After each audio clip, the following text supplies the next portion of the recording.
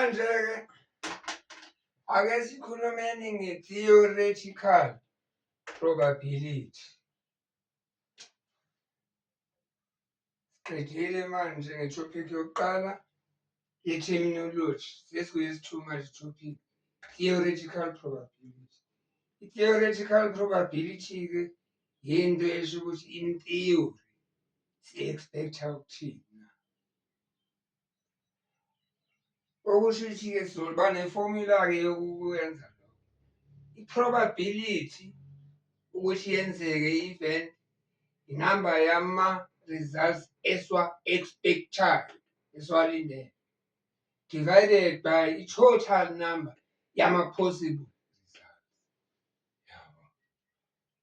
For instance, ake sibone mangithosa icoin ukuthi mangithosa icoin awu-2 kuphela ama-possibilities. Ngaba u-heads noma ngaba u-tails. I-sample space leyo. 1 plus 1 kusho ukuthi 2. There are only 2 total possible outcomes. Okay. Mangithoze icoin lana yaba ngo-head or ngaba ngo-tails. Yeah.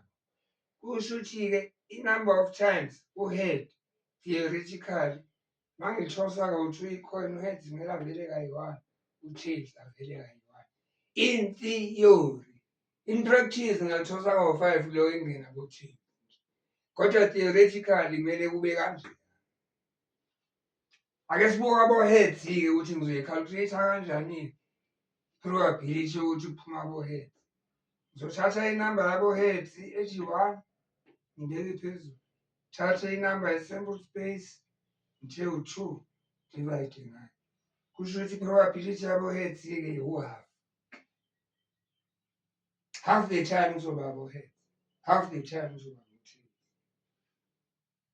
Leya nto-ke ngiyi-represent-e i-probability as i-proper fraction. Iskeyili-ke sakhona siqala ku-0, into engana-probability ukuthi yenzeke njengokuqathanga kwelanga nje, or u-1 ize iyofika ku-1. Leyana ithi half iphakathi nendawo. Ethi 1 definitely izokwenzeka. Probability yokuthi lizoshona ilanga namhlanje ayithi 1 mfethu ngi-sure ukuthi lizoshona ilanga namhlanje.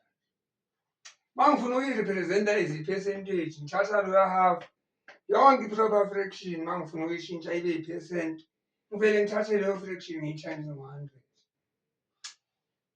Yayibona leya sign ye-percent enenduku ka-1 odivayida abo-nought abawu-2 yiloya 100. Kusho ukuthi lana ngizothola ukuthi 100 over 2, 100 over 2 is 50. Mayi-represent-a-ke le probability yabo-heads as a percent u-50%. Okwesithathu ngayi-represent-a iskeyili-ke siqala ku-0% sigcine ku-100%. Akusiwo 0 to 1. Kusho ukuthi u-0 njengalapha, u-1 walapha u-100%. Ngingayi-represent-a as i-decimal. Mangine-decimal-ke kufanele ube nekhoma. Well-ke u-half we-R1 is 50 cent-ke ngama-decimal engithanda imali. Isikeyili sakhona naso siqala ku-0 sigcine ku-1. Yeah. Siyi-calculate-a kanjalo.